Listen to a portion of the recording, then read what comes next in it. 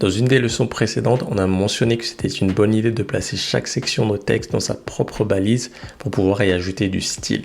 On va voir un exemple de ça avec la balise span. La balise span est un exemple de ce qu'on appelle un élément en ligne, ce qui veut dire qu'elle va s'ajouter à la ligne où on la place sans ajouter d'espace avant ou après, contrairement à la balise P qui est un exemple d'un élément de type bloc. C'est-à-dire que par défaut, toute nouvelle balise P va apparaître sur une nouvelle ligne. Du coup, on va ajouter des balises span à un de nos paragraphes. Et comme tu peux le voir, rien ne change sur la page, pas de nouvelles lignes, rien du tout. Par contre, ce qu'on peut faire maintenant, par exemple, c'est mettre en valeur les sections de texte dans nos balises span en leur donnant une couleur. Alors c'est ce qu'on va faire et on va ajouter de la couleur au texte dans ces balises span.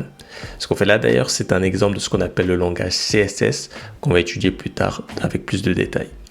Voilà, c'est tout pour la balise span. Prochaine étape, on va voir comment ajouter un bouton à notre page.